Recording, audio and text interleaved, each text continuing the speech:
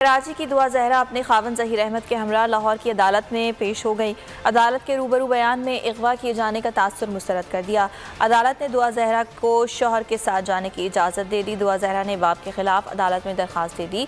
अदालत ने दुआ को वालिद के खिलाफ शवाहिद पेश करने के लिए 18 मई को तलब कर दिया।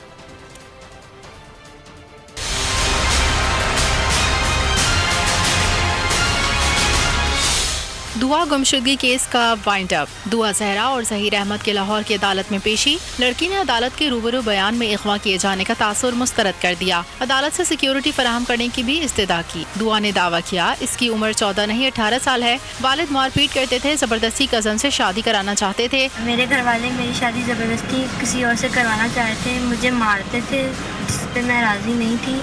मेरे घर वाले मेरी उम्र गलत बता रहे हैं। मैं बालिग हूँ, मैं 18 साल की हूँ। मैंने अपनी मर्जी से ज़हीर अहमद से कोर्ट मैरिज की है। मैं अपने घर में बहुत खुश हूँ। दुआ जहरा के वालिद ने बेटी के अगवा और ज़बरदस्ती बयान दिलवाए जाने का दावा किया, जबकि तशद्दुद का इल्ज़ाम मुस्तरद कर दिया। उसको वहाँ पे प्रेशराइज करके जो बयान उससे दिलवाया जा रहा है वो प्रेशर के अंदर बोलती चली जा रही है। ना कभी मैंने उस पर तशद्दुद किया, ना कभी सख्ती की। जो शख्स उसे उठा के लेके गया है वो उसने एक क्राइम किया है। दुआ के खावन ज़हीर ने बताया कि हमारी दोस्ती ऑनलाइन गेम पर हुई। 3 साल से दुआ को जानता हूँ और राब्ते में हूँ। दुआ को बुलाया नहीं, अपनी मर्जी से आई है। अदालत ने दुआ को वालिद के खिलाफ शवाहिद पेश करने के लिए सब्सक्राइब करें और बेल दबाएं ताकि कोई खबर रह न जाए।